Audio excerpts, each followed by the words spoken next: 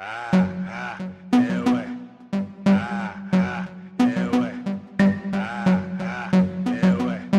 O in Oz stands for music orgasm.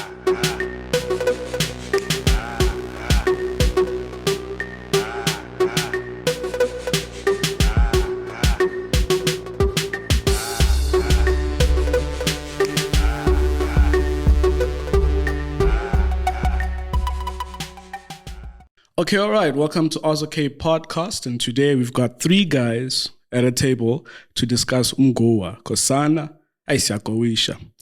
Gents, thank you for coming through. Perhaps maybe we can kickstart the conversation by introductions. I'll start here on my left. Good day. My name is Hilton. We know each other through a mutual friend. Yeah, I wrote the book Separation and Divorce, Navigating the Dark Journey, based on my divorce experience. I decided to help people.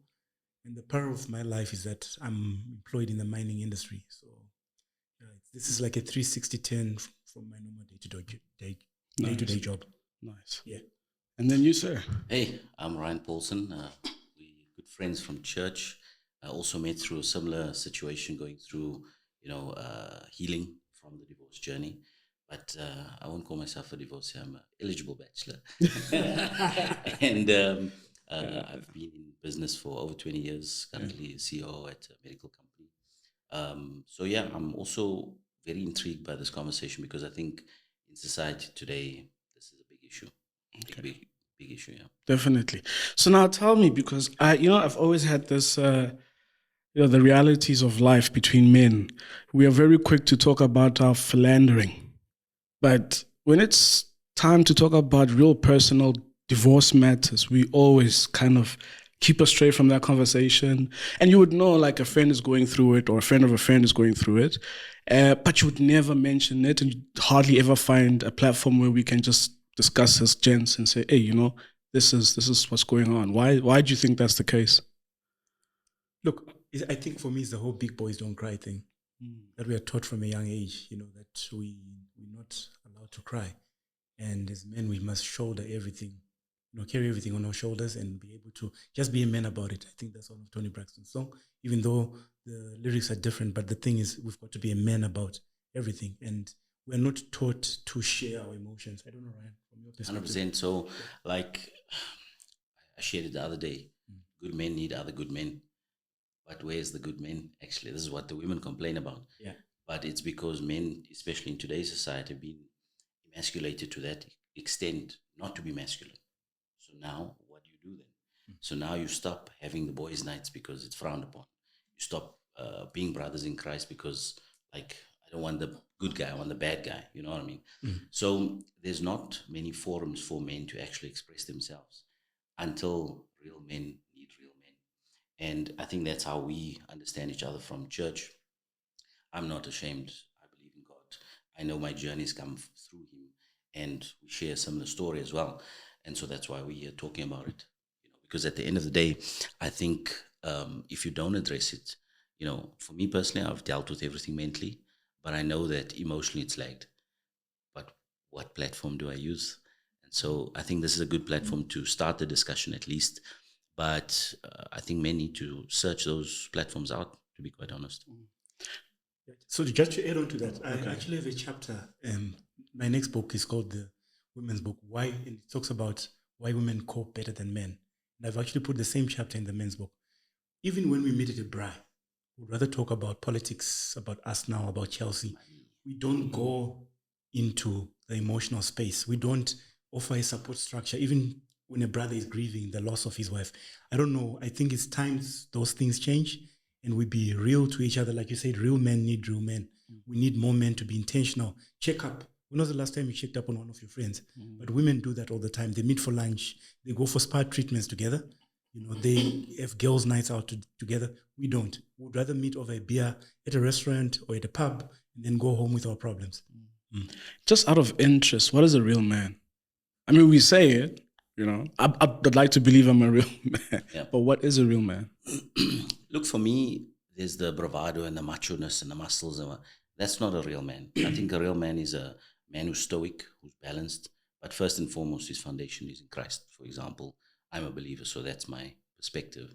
Someone who doesn't believe maybe doesn't look at that, but they can comment on in the comments. But the point is, I think you've got to have that foundation, because one thing society lacks, which makes weak men, is that lack of foundation, the lack of stability. For example, you see a lot of issues coming out of schools not praying anymore, because now let's not offend a different class of people. But at the end of the day, I think as a state, as a country, as a government, you've got to be decisive. You are either a Christian state or a non whatever state. You do. For example, when I lived in Dubai for a couple of years, that's clear. It's a Muslim state. People go to pray on Friday, and they're off on that day, because that's the holy day. Here in South Africa, people are confused. There is no more prayers in schools, for example. But coming back to a strong man, I think it's a man who is in control of his emotions. Men are generally stoic, like I say. We'll leave the fluidity to the ladies, but we should be like that glass, like this container, holding that fluidity. So it's not a definite thing. It's a bunch of things that start from when you were born to how you develop through life and how you handle life. But I think the one aspect that lacks is that big boys don't cry, because we're not allowed to demonstrate that level of emotion. I say screw that. Can I say that? Yeah, no, definitely. I say screw that, because Yeah. I'm a human, Yeah. first and foremost. I have feelings, I have emotions, and I will articulate them. I may not cry about it, because that's not how I express myself, but I will say it. So I think that should be part of what a strong man makes up. I don't know. If you Yeah. have something to add. Definitely, I do agree. Yeah. Point. Yeah. So there's two elements. You can just bring the mic closer. There's two elements that I wanted to touch on, right? So the second one is soft guy era. I don't know if you've heard about that, the soft guy era. No. Okay, we'll talk about it right after. The first one is, you mentioned a bit about religion and Christianity and faith. You also mentioned Christianity and faith, and the book here that you have written, which I indicated to you, that is literally like a manual regarding how a person should then traverse this divorce and separation that you'd otherwise be going through. And a lot of the context and the base is really based on Christianity and faith. And you've also linked the being a real man is also predicated on having a good base of faith. What if you do not have? Does that now immediately eliminate you from possibly being a real man, or maybe perhaps having a successful separation, if there is such, if you do not consider faith in the process? Okay, I'll speak for myself. It's very difficult to separate me from my faith.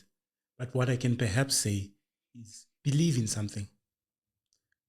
I won't mention what religion. So long you believe in something, you need something to give you hope. And in those dark times, during that dark journey, you can't rely on your own strength.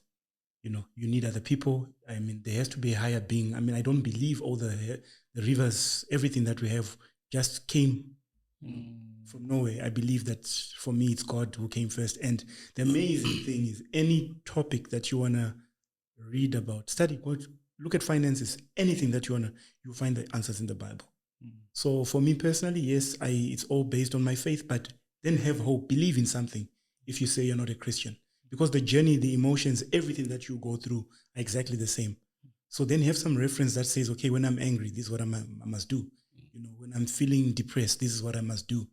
I just find all of those answers are in the Bible. I'll add to that. One of the hallmarks of a good man, strong man, is certainty. There's a lot of ambiguity and uncertainty. We were having a discussion yesterday over a braai about pronouns. Like, someone was very strong on the point, like, why should I refer to someone as he, she, or whatever they identify as? Like, speak to a person, from their perspective. But the point I'm getting at is, as a man, you need to have that certainty to lead. And I always say this when I meet people. The first submission is not a woman to a man. It's a man to God. That's in my perspective. Now, if you don't believe in a God, or you're atheist or whatever, then I'll say this to you: if you don't stand for anything, you'll fall for anything, right? If you don't stand for something, you'll fall for anything. So as a man, you should be clear, whatever it is you believe in. I'm not here to judge anyone who doesn't believe in God. But believe in something, be clear about that, and then that's your basis, and then you move forward from there. So I think as men, that's one of the hallmarks, is that clarity, that certainty. So you can take the next steps. You can lead a wife or a partner and children and whoever else. So do you not think that there could be a double-edged sword here for having a man to be expected to believe in something throughout? So there's this expectation that once you've committed to something, you need to see it through as a man. And immediately, if you don't commit through it, then you're seen as less of a man and that you were weak, and perhaps somewhere down the line, you discarded the visions and the mission and you decided to turn around.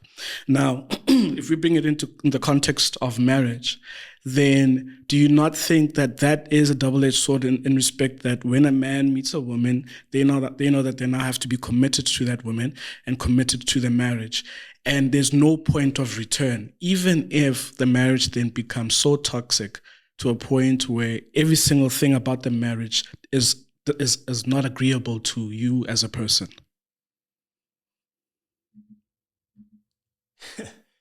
It's a deep question. Yeah. Look, my perspective is men don't have it easy anyway. So you know what? Typically, like 2 generations back, or even a generation, my parents, my dad was the one working, my mom was the one at home. That was the division of the household. Call it gender roles, call it whatever you want. And at the end of the day, you must decide. And I actually had a good friend from work tell me this. The older ladies in African culture would tell her, my dear, choose wisely. You're either going to have a man that's at home with you, or you're going to have a man that's at work. You can't have both. Because if he's at work, he's taking care of the household. If he's with you, he's not taking care of anything, right? So you must decide and pick your struggle. And as a man, we need to pick our struggle. It is difficult to make decisions. It's difficult to lead, but that's what makes a leader. You've got to take those tough decisions, good or bad, and own it, right? I think that's probably something we should speak about, is the accountability. Men should be accountable. When we have kids, step up. Don't disappear, right? It took 2 to tango, so now you've got to do the things. And I suppose that's why a lot of women have issues with guys, because they disappear, they don't take accountability and stuff like that. We're not talking to that caliber of guy. We're talking about to the real men who actually step up, who make decisions, who shoulder the burden of their decision, the finances. And yeah, it's a double-edged sword. If you mess it up, she's going to look at you. But that's where your foundation backs you up, because like it says in the Bible, when you find a wife, you find a good thing. I'm not just looking for a woman that's beautiful, but when it's difficult, she's Arya. No. So Hilton, I just want to jump onto that and bring you in, because we had that conversation. It's also inside the book that speaks about making the right decision. Yeah. So even prior to then realizing that you now need to make the right decision in marriage, you should have made the right decision before marriage. Yeah. So how does then a person make the right decision based on what you've written in the book, as well as just your own opinion? You know, on my reflection, I think that's why that's the first chapter. I think I also say that, look, no one gets married with the intention to get divorced. But I think not enough is being done to educate the young person to say, what qualities must you look at in people? And even as a church, we tend to celebrate marriage more. But do we do enough to actually prepare people to get married? You know, for example, real life in real marriage is, guess what? My mom is sick, as an example. She's now living with us. Is my wife prepared to birth my mother? Those are the things that happen in real marriage. Or I'm the firstborn in my family. There are 6 siblings after me. We need to send them to school. And sometimes we don't have those conversations and think about those things up front before we get married. And no one gives us the advice. Or even if we're given the advice, we don't listen because we catch feelings. I think I say somewhere in the book, we go to study to be doctors, to be lawyers, to be accountants. But if you say to your friend, guys, I'm taking a course on how to choose a partner, everybody would laugh at you. So, and when you then look at the fact that we end up with 50% of marriages, I think that's the stats that end up in divorce. I think there's society needs to do more upfront work, you know, in terms of educating people on the repercussions. You see that the way the book is written, it's not only written from the perspective of someone who's going through a divorce. It's written from the perspective of a pastor to help somebody, but also from the perspective of people who haven't been married, you know, to say, okay, if I do make the wrong choice, this is why I can end up. I had one guy who was about to get married. A lawyer friend gave him a copy of my book. The guy read the book and he called off his engagement because realized that this person was not the ideal person for him. So we've got to be more intentional, in my view. And in hindsight, like I always say, I don't think my ex-wife was the worst of people. I don't think she is, by the way. She isn't. But we're just not good together. So someone may be a good person, but you just don't gel in terms of your values and everything. And if we're more intentional in terms of the partners we choose from the beginning, I think we can avoid a lot of all of this hurt and pain that people end up going through and inflicting upon each other. 100%. That couldn't have spoke more truer words. I think when you meet someone now, what I've done post divorce is I have a criteria of the caliber of person I would consider as a partner, and I don't say partner for no reason. It's not a girlfriend I want or a wife I want. I want a partner because it's that. Hey, babes, like my mom's sick. Can you handle that? Like that's partnership, because it's not only the nice traveling to Dubai and stuff. It's we've got a problem to handle. And my criteria nowadays is first and foremost respect, right? We've got to respect each other both ways. After that, it is about emotional maturity, because you've got to be able to discuss difficult things in a way that you can still come to a solution and move forward.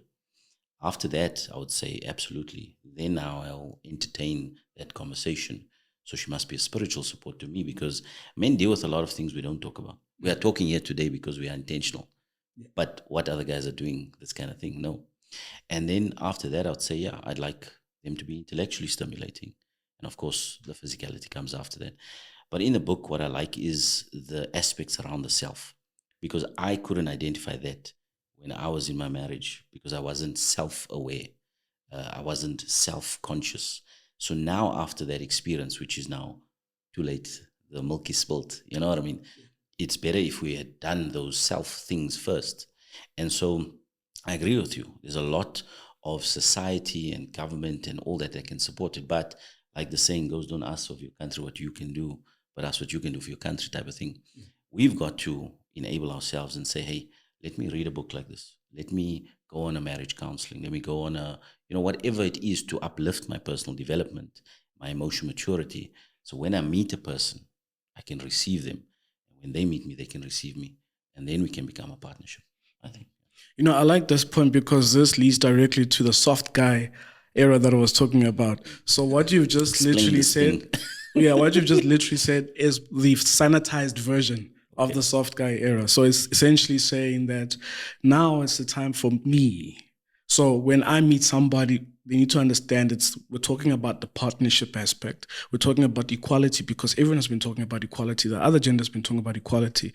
And it's now time for me to also say, okay, I need to see my equality in this relationship as well. So I need to consider how I feel, consider what I like, consider what I want, instead of having to maybe live what was predominantly known as, the typical relationship structure where the man has to always give and continue giving and continue giving. Now they say no, but it's time for us to receive as well. So that bit about that emotional intelligence is so important, because you find in many cases the other gender would consider us to be, you have to be the man, you have to be a stone wall, brick wall, and basically be emotionless. But you're saying, there'll be times where I'm weak. And I need to be still respected the way you typically respect me when I'm in my other feelings. But when I'm weak, also equally respect me as a man. But allow me to process this current emotions and assist me through it. But you don't really see that a lot. Hey man, how much time do we have? This is a deep topic. Like, I don't know if you want to start, but like, I got lots to say about this. Go ahead. So look, it is deep. There's so many levels, right? There's the boys don't cry factor, but the reality is you're human. You may exhibit emotion. That doesn't make you weak as a man. That makes you human, right? And I think if we go along the lines of men and women are equal, which I don't believe we are, by the way. I cannot give birth, and there's stuff women cannot do as men, right? So first and foremost, God didn't create us as equal people, as persons. We are biologically, physically different. We are equal partners, in a relationship. That's a different thing. Where we say, listen, we've got a problem, let's fix it. We fix it equally together. Doesn't mean financially, but maybe intellectually or spiritually or, physically if we can. But there's so many levels to managing this dynamic. And I don't know the term soft guy era because it doesn't resonate with me as a man. That I am able to articulate my emotions doesn't make me soft, doesn't make me weak, type of thing. So I would be able to express myself, and my expectation is respect. Yes, as a man, told you that's my first gatekeeper type of thing. But that goes back to the emotional maturity of the partnership. If I can be emotionally aware and self-conscious to express myself enough that my partner receives and also expresses herself in an emotionally aware manner, you get much further along. If it keeps degrading because you're a weak man and you don't work and you'll get nowhere, and then it'll end up in divorce. You know what I mean? So it gets down to a psychological level, not even on a physical level. It gets down to a spiritual level because that's why the foundation has to be there. So you can't talk about it in isolation, so to speak, to say, as a man, this is what I need. As a woman, this is what you need. And so if it matches, good. If it doesn't, not. Because there's so many levels, and that's why relationships need to be developed over a period of time. You need to get on the same page about values, about kids, about spirituality, about physicality, all of those things, because there's so many levels to this thing. But I guess we'll have to speak about it on the next podcast. But do that at the beginning. That's what I'm saying. 100%. Do that before you get married. Absolutely. Then see, because the problem is we don't do all of that. Connect on all these levels. Yeah. And then life really happens. Is it okay though to maybe have missed the boat to have read that in the beginning, and somewhere down the line start seeing it and then taking action? Okay, can I ask the same question to you differently, Oz? Yeah. If I say, Oz, you're investing 10 million bucks into my business, but there's a 50% chance you're going to lose all of it. However, if we do A, B, C, D more, there's a 10% chance before we do the business, there's a 10% chance, that we will lose it, and there's 90% chances you're going to make 100 million. We'll do all the upfront work before. Exactly. So I think we should just do the same thing with relationships. Be honest from the beginning. Yeah. It's sad Like a because SWOT analysis. True. Yeah. But I think it's also quite sad because I think a lot of us then start realizing these things as we mature and as we start getting into the experience of life. Then you realize, in actual fact, I did not do A, B, and C, and that's why I'm in a certain situation. But not to talk about the details of it, but it'll be interesting to understand your psyche at that point in time as a man when you were going through that initial phase of divorce or separation. Where were you? Take me back to the beach. That's where I was. I was like, get me out of here.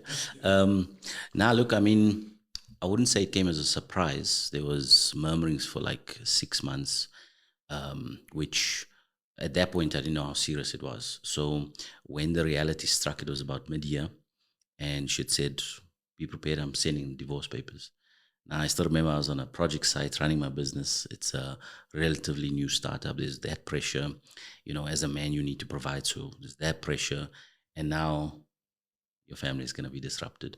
So in terms of psyche, it was disruptive. It was very disruptive. And again, if I was probably not as grounded in my faith, I would have probably been broken. And one of my friends came to me one day and he said, man, I take my hat off to you. You've taken everything in your stride. I said, what do you mean? He says, no, man, there's like so many men that want to commit suicide when they go through this dynamic. So in terms of psyche, we don't talk about that. We don't talk about the fact that male suicide is way higher than women's suicide. Yeah. And okay, I'm not saying it's all because of divorce, but there's a lot of issues that men just don't talk about. So in terms of psyche, like it is a deep, disruptive, disturbing thing to go through for both men and women. But as a man, I'm saying it was tough, and my coping mechanism was my faith. I had good friends, great family. So, and at the end of the day, I guess it also boils down to you as a person. Like I just said, I'm not going to let this shift what I had planned for my kids. So that's the way I took. Yeah, look, from my perspective, even though I'm the one who opted to walk away, it was painful. I think there was also a lot of self-judgment, guilt and shame because, you excel. I want to think that academically, from a career perspective, I've done well. You always excel at everything in life. Then you fail at this one thing. And then obviously there was a time when I was lonely and I actually withdrew from my friends. Where I'd just go home. I actually moved into an apartment and I'll just come back from work and be home. And obviously I did fall sick at some stage during that time, but until I got the courage to open up. But I think what also kept me going was my faith. And there's a verse, 2 Corinthians chapter 1, I think verse 1-4, which talks about the importance of comforting other people when they go through things as much as God comforts us. So fortunately, I had the support structure, especially from my siblings and one or two very good friends, male friends, that those guys that can actually phone you and check up on you. And that really helped. And that's how the manual came about. So those things that I've done, the self-care aspect is very important. I exercise 3-4 times a week. I started playing golf. You've got to start enjoying your hobbies again. You've got to do a lot of things to get back to who you be, because you're right. A lot of more men commit suicide compared to women. I'm not saying it's right for women to commit suicide. Neither is it right for men to commit suicide. But women have a better outlet. They have a better support structure. They usually stay with the kids, which can be good for your mental health. They tend to recover better as opposed to us. We go into a nutshell. The whole big boys don't cry, and being embarrassed by what will people think about us. And that's one thing we need to correct in society. And we need more of these discussions where men are able to talk about, guys, this is exactly what I'm going through. And we need to be brothers in Christ. Show up for our friends. I every now and again, I just make it intentional to call my friends. Are you okay? Don't want anything. I'm not phoning for money. Just want to find out how you're doing. Yeah. You also talk about rebuilding in the book. So all the things that you've discussed, it's contained herein, right? Yeah. And of course, anybody would want to rebuild with a person, knowing that they were with a person who is sensible, especially if you have children. And there comes now the issue of co-parenting. Then what happens when you don't have someone who's sensible? Have you ever experienced that situation or heard of people that have gone through where it's just a complete nightmare dealing with this person and getting access to the children? I mean, I'm right here. And I definitely wouldn't, speak ill of the mother of my kids. But it's been challenging. It's been difficult just to agree on basic things. And time and time again, I've said, listen, it's over. Like, what's happened is happened. I don't want to be a thorn in your side, and don't be one in mine.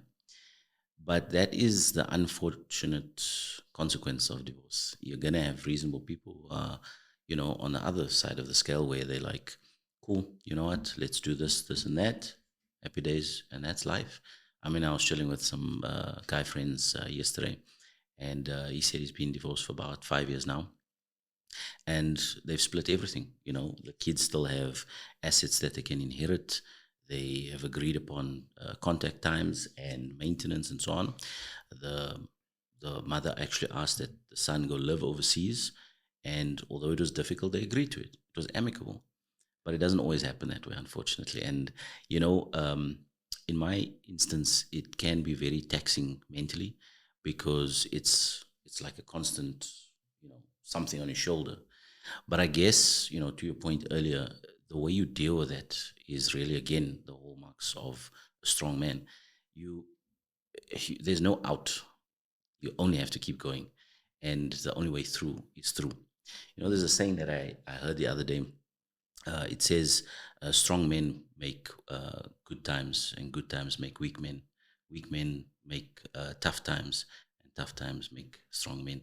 So, at the end of the day, when it's difficult, it's the time when men must stand up. Like now, in South Africa, for example, the economy is crap. There's very few opportunities. The global economy is crap.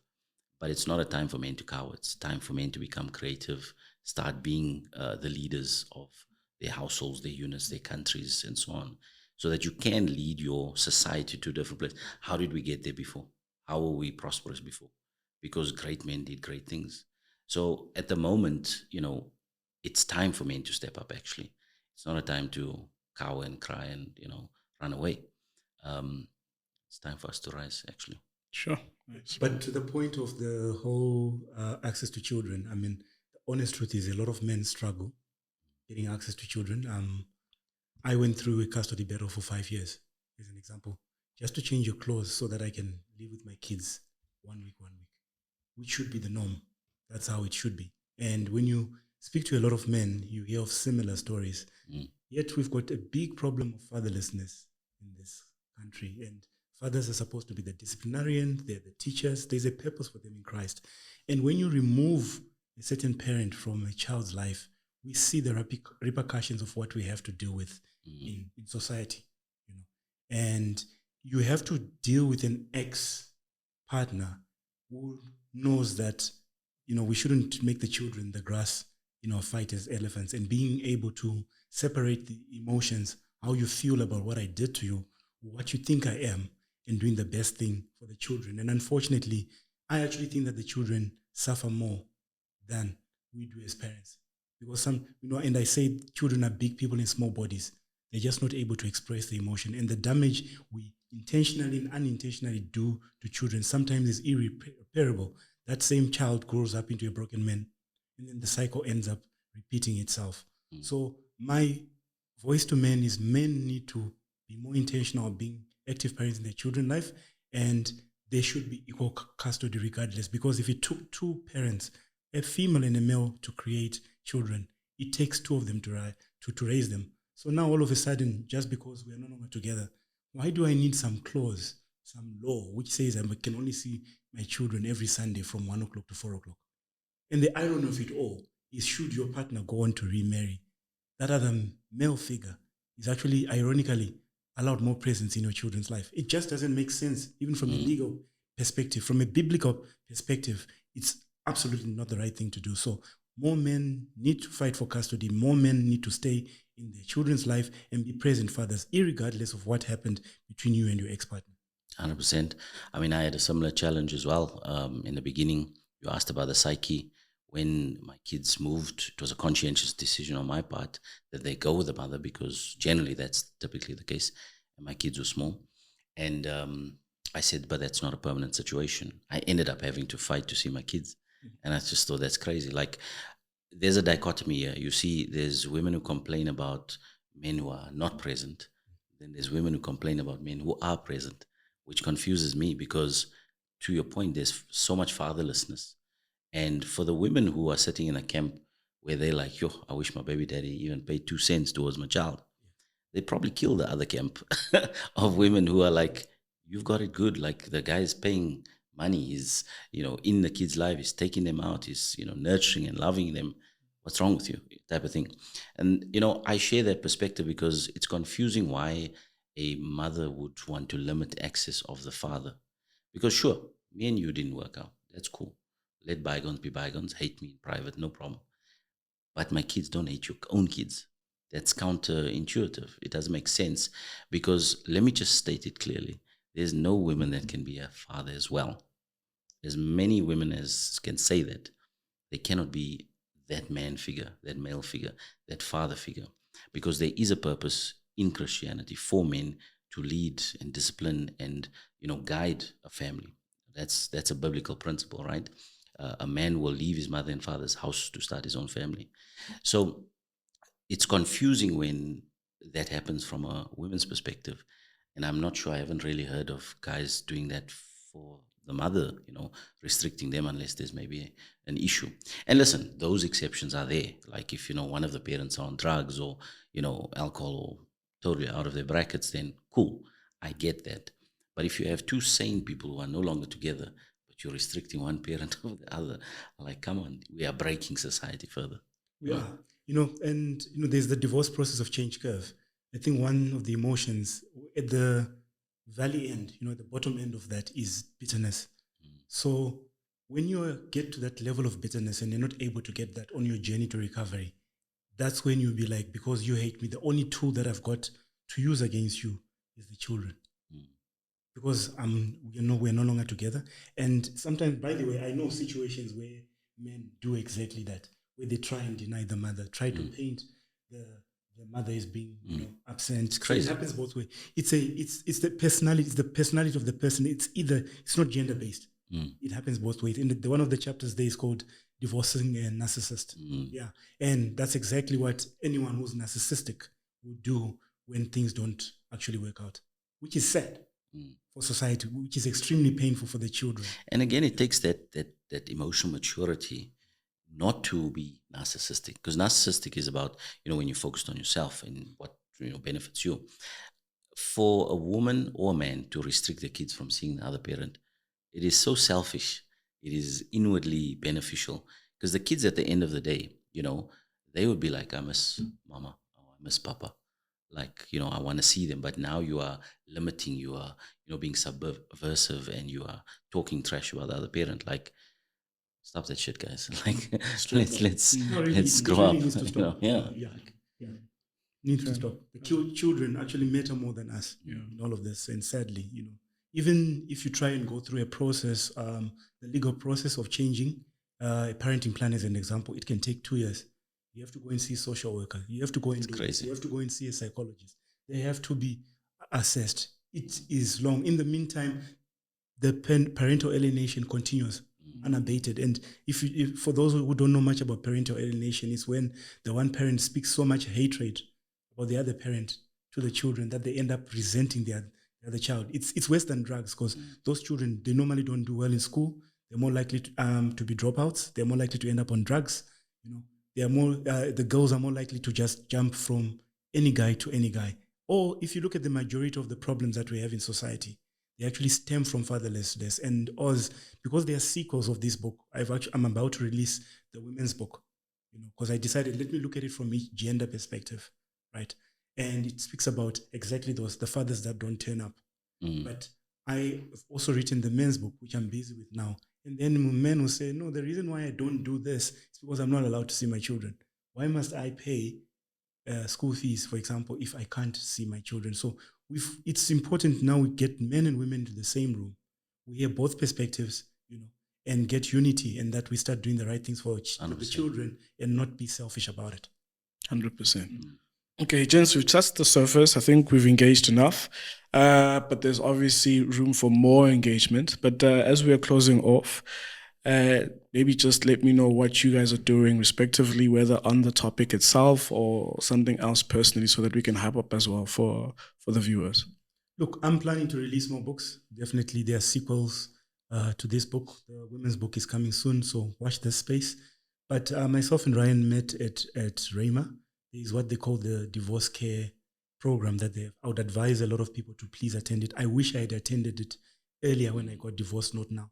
Now I'm doing it because I probably want to go into the divorce ministry at church. But I realized the mistakes that I made back then, things that I shouldn't have done. So for those who are around the Johannesburg area, please go on the Rhema website, go attend that course. It's really making a difference to me as a person, and I acknowledge the things that I have done wrong, and it's also part of my healing journey. Yeah, and more is to come. Definitely for me in this space is something that I'm really enjoying doing. Definitely. No, I'm very similar. I can second the divorce care program, and we're not, promoting it here for any reason, but because of the impact it's already had, and I think we've just kicked off the whole program. It gives you perspective, it gives you the right tools, and it helps you overcome the challenges you face, shame and guilt and, regret and all that stuff, which, again, to my point earlier, it becomes such a psyche and a psychological battle that there's very few outlets for. This is one of them. So I definitely recommend it. On a personal front, I've got 2 beautiful girls. So, I show up every day as the best version of myself so that they know what good looks like. I tell you, when I open the door, they don't even get out of the car unless I give them a hand. That type of thing, because that's what good looks like. A man should only treat them like that and nothing less. And to get there, I've also done personal development, read various books, hung out with people who can uplift you and enrich you on your foundation. Because, again, back to my point, if you don't stand for anything, you'll fall. So if you don't stand for something, you'll fall for anything. So I think it's being conscientious first and foremost, and taking that lead, especially as a man, because at some point you're going to have to lead a family. So if you don't know where you're going, they won't either. Okay. No, that's a fair point. Gents, thank you for coming through. You guys really spit game. There's a lot of wealth of knowledge that you've put through, and I think a lot of the guys that will be listening and viewing this would definitely want more insights. So, and the good thing is that you guys are already producing something still related to the discussion. Perhaps maybe your handles, or where they can reach you if they've got questions, particularly the whole Rema thing that you guys are doing.